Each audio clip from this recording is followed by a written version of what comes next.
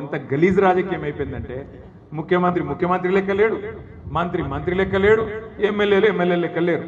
మొత్తం ఒకటే దుకాణం తెరుచుకొని కూర్చున్నారు. ఎక్కడోడు అక్కడ. ఎక్కడ దాచుకో దోచుకో స్కీమ్ నడుస్తాను. దోచుకో దాచుకో, ఇక్కడ దోచుకోవాలి. మొత్తంగా ఎక్కడ ఏది దొరికితే దాన్ని దోచుకోవాలి, తీసుకుపోయి దాచుకోవాలి. ఎంత సిగ్గుచేటంటే దోచుకోని ఉత్తగానే అంటలేను నేను. ఇవాళ ముఖ్యమంత్రి గారి కుటుంబం, ముఖ్యమంత్రి గారి మొత్తం కుటుంబం సకుటుంబ సపరివార సమేతంగా రాష్ట్రంలో ఎక్కడికక్కడ బ్రహ్మాండమైన దోపిడీకి తెరదీసినారు. మన సింగరేణిలో ఇవాళ సింగరేణి సంస్థను నడుపుతున్నది ఏ మంత్రి గారో లేకపోతే ఇక్కడ ఉన్న అధికారులు కాదు. ఇక్కడ ముఖ్యమంత్రి గారి కుటుంబంలో ఆయన బావమరిది సృజన్ రెడ్డి కనుసన్నల్లో సింగరేణిలోని ప్రతి కాంట్రాక్టు ఇక్కడ ఆయన్నే చూస్తా ఉన్నాడు. మీకు తెలుసు సింగరేణిలో భారతదేశంలో ఎక్కడ లేని విధంగా సైట్ విజిటేషన్ సర్టిఫికెట్ అని కొత్త స్కీమ్ పెట్టింది. అంటే ఏంటంటే ఎరికేనా, సింగరేణి లెవెల్లో టెండర్ వేయాలంటే సైట్ విజిట్ కు రావన్నట్టు. వాడు జార్ఖండోడు కావచ్చు, బెంగాలోడు కావచ్చు, మహారాష్ట్రోడు కావచ్చు, తమిళనాడు కావచ్చు, దేశంలో ఎక్కడున్నాడు అని కావచ్చు, ప్రపంచంలో ఎక్కడోడన్నా కావచ్చు, వాడు సింగరేణికి రావాలి. వచ్చి ఏం చేయాలి, సైట్ విజిట్ చేయాలి. చేసినాక ఏం చేయాలి, ఇక్కడ ఉన్న వాళ్ళకు సంతకం పెట్టి ఇవ్వాలి. ఏమని, అయ్యా ఇగో ఇది నా పేరు, ఇది నా వివరం అని రాసి ఇవ్వాలి. తర్వాత వీళ్ళు ఏం చేస్తారు, ఆయనకు ఫోన్ చేస్తారు. ఫోన్ చేసి నేను ముఖ్యమంత్రి బామ్మరిది మాట్లాడుతున్నా, నువ్వు టెండర్ వేయొద్దు అని వీడు హుంకరిస్తాడు. ఆయన ఇంటే ఓకే, వినకపోతే ఆ సర్టిఫికెట్ ఇయ్యరు. ఆ సైట్ విజిట్ సర్టిఫికెట్ ఎవరు ఇవ్వాలి, నువ్వు విజిట్ చేసినట్టు సింగరేణి సంస్థ ఇవ్వాలి. మరి వాళ్ళు వినకపోతే, మాట వినకపోతే, మేము చెప్పినట్టు లొంగకపోతే మీకు ఆ సర్టిఫికెట్ ఇయ్యమని చెప్పి ఇవాళ కుంభకోణాలకు తెరలేపిందే ముఖ్యమంత్రి గారి కుటుంబం. సృజన్ రెడ్డి అని ముఖ్యమంత్రి గారి బావమరిది ఇవాళ మొత్తం సైట్ విజిటేషన్ సర్టిఫికెట్ అడ్డం పెట్టుకొని సింగరేణిలో వేల కోట్ల కుంభకోణానికి పాల్పడితే దాని మీద ముఖ్యమంత్రి మాట్లాడాడు, ఉప ముఖ్యమంత్రి మాట్లాడాడు, మంత్రి గారు అంతకంటే మాట్లాడరు. కానీ దేని మీద మాట్లాడుతున్నారు, ఎంత సిగ్గుచేటు.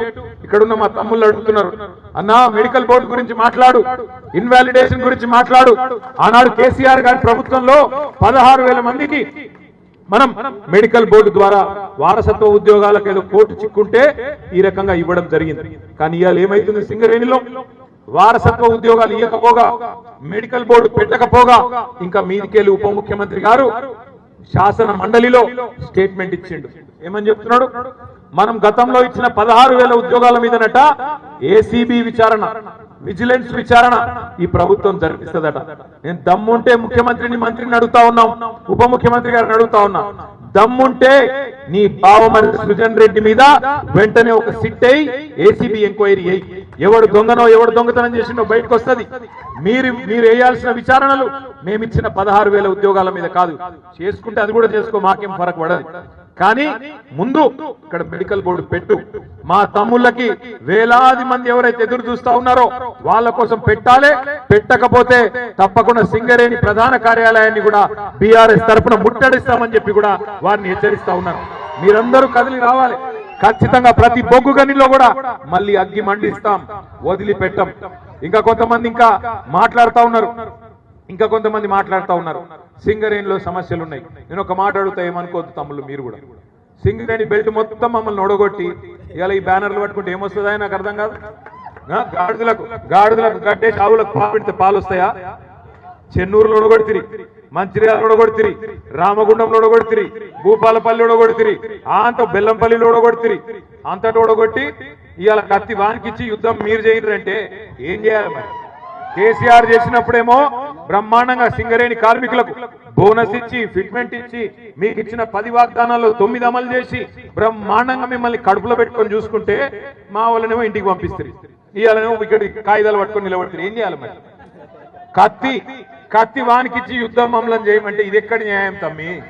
ఇవాళ కేసీఆర్ అన్నా మీరెక్కడ, బీఆర్ఎస్ వాళ్ళు కొట్లాడాలి, బరాబర్ కొట్లాడతాం. కానీ కలిసి రండి, కదిలి రండి. మీరు ఇక్కడ గెలిపించిన ఎమ్మెల్యేలను ఫస్ట్ కళ్ళబట్టి నిలదీయండి. ఏం దిక్తుండ్రు మీ ఎమ్మెల్యేలు, ఏం దిక్తుండు మీ చెన్నూరు మంత్రి, ఏం చేస్తుండు మీ మంచిర్యాల ఎమ్మెల్యే, ఏం చేస్తుండు మీ బెల్లంపల్లి ఎమ్మెల్యే? పట్టుకొని అడుగును. ఇదేనా వాళ్ళు ఇచ్చిన మాటలు? అభయహస్తం మేనిఫెస్టో అన్నారు, సింగరేణి గురించి తీయటపుల్లటి మాటలు చెప్పిండ్రు. ఇలా అభయహస్తం మేనిఫెస్టో భస్మాసుర హస్తం అయింది. మీ నెత్తి మీద మీరే చేయి పెట్టుకొని బూడిదయ్యే పరిస్థితి వచ్చింది. అందుకే నేను అంటున్నా, ఓటేసేటప్పుడు కేసీఆర్ గారు చెప్పిండు, చిల్కకు చెప్పినట్టు చెప్పిండు. ఏం చెప్పిండు? రైతు బంధుకు రామ్ రామ్ అవుతుంది, దళిత బంధుకు జై భీమ్ అవుతుంది, మిగిలేది మొత్తం తెలంగాణను అమ్మకదొక్కుతారని చెప్పిండు. విన్నామా మనం? మీరు వినలే. ఈ జిల్లాలో ఈయనకు ఏమైంది? ఇవాళ భస్మాసురాస్తం వచ్చింది. ఈ దరిద్రం ఎప్పుడు పోతుందా అని చెప్పి ఎదురు చూసే రోజులు వచ్చినాయి. ఇంకొక 2-2.5 ఏళ్ళు ఇల్లే ఉంటారు. మనం భరించాలి. ఒకసారి తప్పు చేస్తే 5 ఏళ్ళు భరించక తప్పదు. అందుకే బాయిల పడుతున్నామా, బొందల పడుతున్నామా ఏ చూసుకోకుండా ఎలక్షన్ రాగానే ఆగమాగమురికి అడ్డమైన వాళ్ళకి ఓట్లేస్తే ఇదే అవుతుంది. దయచేసి నేను మా సోదరులను కూడా కోరుతా ఉన్నా, నిరాశ పడకండి. గల్లా బట్టి నిలదీసి ఖచ్చితంగా మళ్ళీ బోర్డు పెట్టించి మీకు ఉద్యోగాలు ఇప్పించే బాధ్యత కూడా మేమే తీసుకుంటాం. తప్పకుండా మీకోసం కొట్లాడతాం. కానీ మీరు ముందు గెలిపించిన ఎమ్మెల్యేలను మీరు అడగండి, పోయి రిప్రజెంట్ చేయండి, గట్టిగా అడగండి. వారసత్వ ఉద్యోగాలు అట్లాగే కొన్ని పేర్ల విషయంలో కూడా కొంత ఆ మారు పేర్ల విషయం కూడా ఉంది. ఇవన్నిటినీ కూడా తప్పకుండా పరిష్కారం జరగాలి అంటే మీరు మాకు అండగా నిలబడండి. మా తమ్ముడు సుమన్ నాయకత్వంలో, మా రాజిరెడ్డి గారి నాయకత్వంలో, మొత్తం టీబీజీకేఎస్ ఆధ్వర్యంలో, అదేవిధంగా బీఆర్ఎస్ పార్టీ ఆధ్వర్యంలో ప్రతి బొగ్గు గనిలో ప్రతి డివిజన్ లో తప్పకుండా మేము గల్లమెత్తుతాం. మీరు మాతో కలిసి రండి. ఈ ప్రభుత్వం ఇవాళ ఇస్తున్న మాటలు చెప్తున్నా, మరి మాటలు ఇస్తున్న హామీలు చూస్తే నవ్వాలనో ఏడవాలనో తెలుస్తలేదు. మింగ మెతుకులేదు కానీ మీసాలకు సంపెంగ నూనె పెట్టిండేట వెనకటికేవడం. రేవంత్ రెడ్డి కథ గట్లే ఉంది. 1 కోటి మంది మహిళల్ని కోటీశ్వరులు చేస్తారట ఈ మొగోడు. 1 కోటి మంది మహిళల్ని కోటీశ్వరులు చేస్తారట. ఎట్లా చేస్తావురా అయ్యా? మరి 1 కోట్లు అంటే ఎన్ని ట్రిలియన్ డాలర్లో నీకు ఎరికేనా అని మొన్న అసెంబ్లీలో అడిగిన నేను. 1 కోటి మందిని కోటీశ్వరులు అంటే 1 కోటి కోట్లు. 1 కోటి కోట్లలో ఎన్ని సున్నాలు ఉంటాయో కనీసం తెలుసా రేవంత్ రెడ్డికి? ఏమి తెలియదు. నరకుడే ఏది పడుతుంది. 2500 ఇస్తా, 4000 ఇస్తా, స్కూటీ ఇస్తా, తులం బంగారం ఇస్తా, 15,000 ఇది ఇస్తా, 16,000 అది ఇస్తా, ఇష్టం వచ్చినట్టు నరికిండు. ఇలా కుర్చీలకి కూర్చున్నాడు. ఏం చేయాలనో తెలుస్తలేదు. ఏమంటాడు ఇప్పుడు? నేను లంకె బిందెలు ఉంటాయనుకొని వచ్చినా, ఇక్కడ లంకె బిందెలు లేవు. నువ్వు గట్టిగా అడిగినావు అనుకో, ఏమైరా బయట చెప్తీవి కదా, నవంబర్లో రైతు బంధు 10,000, డిసెంబర్లో 15,000, ఏం సంగతి తమ్మి అంటే నీ లాగుల తొండలు ఇస్తా. గట్టిగా అడిగినావు అనుకో, మహిళలకు ఎప్పుడు ఇస్తావురా అయ్యా 2,500, 100 రోజులనే ఇస్తా అంటివి కదా మహాలక్ష్మి ఏడవాయి అంటే నీ గుడ్లు వీకి గోటీలాడుతా. ఇదే ఆయనకు తెలిసిన భాష. గుడ్లు వీకుడు, గోటీలాడు, లాగుల తొండలిడ్సుడు, నిన్నగాక మొన్న 3 నెలల పిల్లలు గంటరానుడు. ఈ ఒక ముఖ్యమంత్రి మాట్లాడే మాటలా? గింత లేకి ముఖ్యమంత్రి, గింత చెండాలపు ముఖ్యమంత్రి నాకు తెలిసి భారతదేశంలో ఎవడు లేడు. గింత పెద్ద ఎత్తున దోసుకుంటున్న ముఖ్యమంత్రి కూడా భారతదేశంలో ఎవడు లేడు. అందుకే దయచేసి మిమ్మల్ని కోరేది నేను, రేపు మళ్ళా వస్తాయి జిల్లా పరిషత్ ఎలక్షన్లు వస్తాయి, అట్లాగే సహకార ఎన్నికలు వస్తాయి, సింగరేణి ఎన్నికలు వస్తాయి.